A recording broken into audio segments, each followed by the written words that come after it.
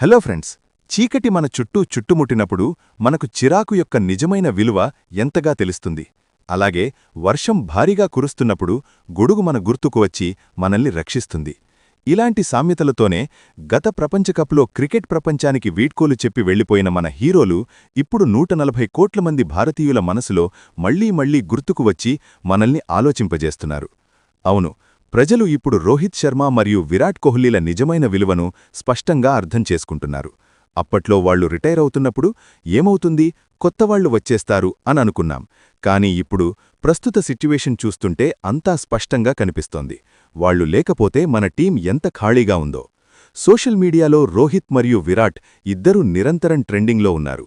ఎందుకంటే వాళ్లు పెద్ద మ్యాచుల్లో ఇచ్చిన అద్భుతమైన ప్రదర్శనలు మనల్ని మరిచిపోలేనివి. ఆ క్షణాలు మనల్ని ఇప్పుడు మరింత ఆలోచింపజేస్తున్నాయి, వాళ్లు ఉంటే ఎంత బాగుండేది అని. గత ప్రపంచకప్ సెమీఫైనల్లో రోహిత్ శర్మ ఆస్ట్రేలియా జట్టును ఎంత రూల్ చేశాడో గుర్తుందా?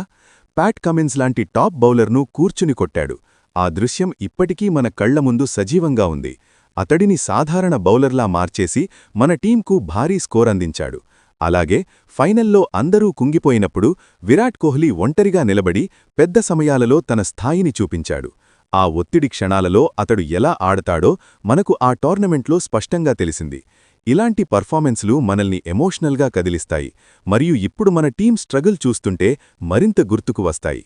అందుకే టీం ఇండియాకు మరియు మొత్తం దేశవాసులకు వాళ్లు ఇప్పుడు మళ్లీ గుర్తుకు వచ్చి మనల్ని ఆలోచింపజేస్తున్నారు. ప్రజలు ఇప్పుడు అంటున్నారు, టీం ఇండియా ప్రపంచకప్ గెలుపుయాత్ర ఆగిపోయిందా? అవును, మన సిట్యువేషన్ ప్రకృతి నియమాల్లాగా మారిపోయింది. అంటే మనం ఇంతకుముందు ఇతర జట్లు ఓడిపోతే వాళ్ల నెట్ రన్ రేట్ తక్కువైతే మనం గెలుస్తాం అని అనుకున్నాం. కానీ ఇప్పుడు అదే మన ఇండియాతో జరిగింది, అది కూడా మన సొంత మైదానంలో. ఎవరూ ఊహించని ట్విస్ట్ ఇది, మరియు ఇది మనల్ని ఆశ్చర్యంలో ముంచేస్తోంది. అందుకే ప్రజలు ఇప్పుడు అంటున్నారు, విరాట్ మరియు రోహిత్ లాంటి ఆటగాళ్లు ఇక లేరు. ఇప్పుడు అర్థమవుతోంది, కొత్త ఆటగాళ్లపై భారీ ఒత్తిడి పడింది, మరియు వాళ్లు ఆ ఒత్తిడిని తట్టుకోలేకపోతున్నారు. ఆటగాళ్లు నిజంగానే మంచివాళ్లు. తిలక్ వర్మ మంచి టాలెంటున్న ఆటగాడు, అభిషేక్ శర్మ కూడా ప్రామిసింగ్ ప్లేయర్. కానీ ముఖ్య సమస్య ఏమిటంటే పెద్ద మ్యాచుల్లో వచ్చే ఒత్తిడిని భరించలేకపోతున్నారు. ఇది మనకు ఆందోళన కలిగిస్తోంది, ఎందుకంటే టీం ఫ్యూచర్ ఇలాంటి ఒత్తిడి క్షణాలపైనే ఆధారపడి ఉంటుంది. ఉదాహరణకు అభిషేక్ శర్మ నాన్ స్ట్రైకర్ ఎండ్కు వెళ్లడం వల్ల ఇండియా టీం ఆత్మవిశ్వాసం తగ్గిపోయింది. ఆ తర్వాత అతడు 12 బంతులు ఆడినప్పుడు సమస్యలు మరింత స్పష్టంగా కనిపించాయి. రన్స్ రావడం లేదు, ప్రెషర్ హ్యాండిల్ చేయడం కష్టమవుతోంది. అలాగే తిలక్ వర్మ నెమ్మదిగా ఆడుతున్నాడు. సూర్యకుమార్ యాదవ్ పరిస్థితి కూడా అంతే. అతడు తన ఫామ్లో లేడు. రింకు సింగ్ లాంటి ప్లేయర్ను మరచిపోయారు. అతడు ఫినిషర్గా ఎంత ఉపయోగకరంగా ఉండేవాడో. అందువల్ల మొత్తం ఇండియా టీం ఇబ్బందుల్లో పడిపోయింది, మరియు ఇది మనల్ని మరింత డిసప్పాయింట్ చేస్తోంది. ఇప్పుడు మన ఇండియా టీం ఇలా అనుకుంటోంది, రోహిత్ శర్మ కాలం ఎంత బాగుంది.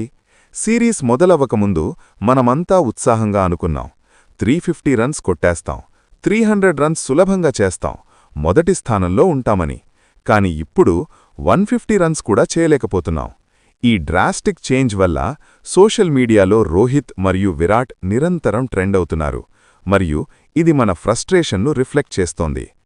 అసలు వాళ్లు ట్రెండ్ అవ్వడానికి ముఖ్య కారణం ఏమిటంటే పెద్ద మ్యాచ్లలో వాళ్ళిచ్చిన అసాధారణ ప్రదర్శనలు. ఒక గణాంకం చూడండి, గత కొన్ని కాలంలో ప్రపంచకప్లో ఇండియా 150 రన్స్కు పైగా లక్ష్యం ఛేదించినప్పుడల్లా విరాట్ కోహ్లీ అత్యధిక రన్స్ చేసిన ఆటగాడిగా నిలిచాడు. పాకిస్తాన్ మ్యాచ్ ఎవరూ మరచిపోలేదు. 31 రన్స్కు 4 వికెట్లు పడినప్పుడు పాకిస్తాన్ టీం కూడా మేమైపోయామనుకున్నారు.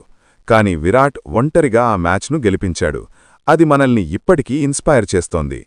రోహిత్ గురించి చెప్పాలంటే గత ప్రపంచకప్లో ఆస్ట్రేలియా జట్టును ఎంత బాగా ఓడించాడో. స్టార్క్ మరియు కమిన్స్ లాంటి టాప్ బౌలర్లను సిక్సర్లతో కొట్టాడు. Shaheen Afridi, Matt Henry, Cummins, Starc అందరినీ బాధేశాడు. ఫలితంగా మన జట్టు ఒకే దిశలో విజయాలు సాధించి అజేయంగా నిలిచింది.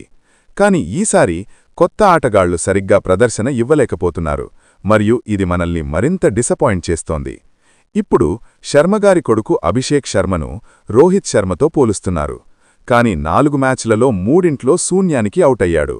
ఒక మ్యాచ్లో కొంచెం రన్స్ చేసినా అది సరిపోలేదు. మరో మ్యాచ్లో విశ్రాంతి తీసుకున్నాడు. మొత్తంగా ఈ ప్రపంచకప్లో అభిషేక్ శర్మ 5 మ్యాచ్లలో కేవలం 15 రన్స్ మాత్రమే చేశాడు. 5 మ్యాచ్లలో 15 రన్స్ చేస్తే టీంకు ఏమవుతుంది? ఇది మనల్ని ప్రశ్నించేలా చేస్తోంది మరియు టీం సెలక్షన్పై డౌట్స్ కలిగిస్తోంది. అందుకే ప్రశ్నలు ఎక్కువవుతున్నాయి. ఏదో తప్పు జరిగిందా? రోహిత్ శర్మ గత ప్రపంచకప్లో అద్భుతమైన ప్రదర్శన ఇచ్చాడు. మన టీంను లీడ్ చేశాడు. విరాట్ కోహ్లీ స్థానంలో ఇప్పుడు తిలక్ వర్మ ఉన్నాడు.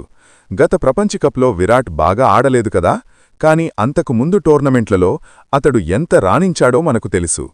విరాట్ కోహ్లీ లక్ష్యాలు ఛేదించడంలో 15 మ్యాచ్లలో 542 రన్స్ చేశాడు. అతడి సగటు 135 కంటే ఎక్కువగా ఉంది. ఉత్తమ స్కోరు 82.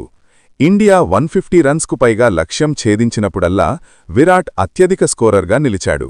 సౌత్ ఆఫ్రికాకు 72 రన్స్, ఆస్ట్రేలియాకు 82 రన్స్, పాకిస్తాన్కు 82 రన్స్.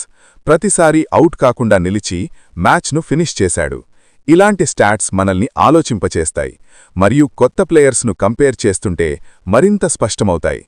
అందుకే ప్రజలు ఇప్పుడు రోహిత్ మరియు విరాట్ గుర్తుకు వచ్చి వాళ్లు ట్రెండ్ అవుతున్నారని అంటున్నారు. అది పూర్తిగా సరైనదే. కాబట్టి కొత్త ఆటగాళ్లు ఇప్పుడు నేర్చుకోవాలి. సిగ్గుపడి వెనక్కి వెళ్లకుండా పెద్ద బాధ్యతలు తీసుకోవాలి. అది కూడా చిన్న వయసులోనే.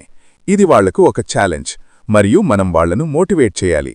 తదుపరి మ్యాచ్ ఇండియా వర్సెస్ జింబాబ్వే. అది రేపు. తర్వాత సౌత్ ఆఫ్రికా. సెమీఫైనల్కు వెళ్తే ఫైనల్. ఈ తదుపరి 4 మ్యాచ్లలో ఒక్కటి కూడా ఓడిపోతే చాలామంది ఆటగాళ్ల భవిష్యత్తుపై ప్రశ్నలు వస్తాయి. మీరు పెద్దవాళ్లమని చూపించాలి. పెద్ద బాధ్యతలు తీసుకోగలమని రుజువు చెయ్యాలి. మీరు చేయగలరా? ఇప్పుడు చూద్దాం. నేను ఆశిస్తున్నాను మనం ఖచ్చితంగా చేయగలమని. కానీ ప్రస్తుతం విరాట్ కోహ్లీ మరియు రోహిత్ శర్మ టాప్ ట్రెండ్స్లో ఉన్నారు. గత 10 ఏళ్లలో వాళ్లు ఇండియా ఆశలుగా నిలిచి ఒకే దిశలో మ్యాచ్లు గెలిపించారు. వాళ్లు లేకపోతే మనం ఎంత కష్టాలు పడుతున్నామో ఇప్పుడు స్పష్టమవుతోంది. సూర్యకుమార్ యాదవ్ కెప్టెన్లా కనిపించడం లేదు. అభిషేక్ శర్మ రోహిత్ శర్మలా కనిపించడం లేదు. తిలక్ వర్మ విరాట్ కోహ్లీ స్థాయికి దగ్గరగా లేడు. నేను ఆశిస్తున్నాను తదుపరి 4 మ్యాచ్లలో ఈ పరిస్థితులు పూర్తిగా మారిపోతాయని. మనం ఇండియా టీం భవిష్యత్తును మద్దతు ఇవ్వాలనుకుంటే వాళ్లకు సపోర్ట్ చేద్దాం. ఏమంటారు? కామెంట్స్లో చెప్పండి.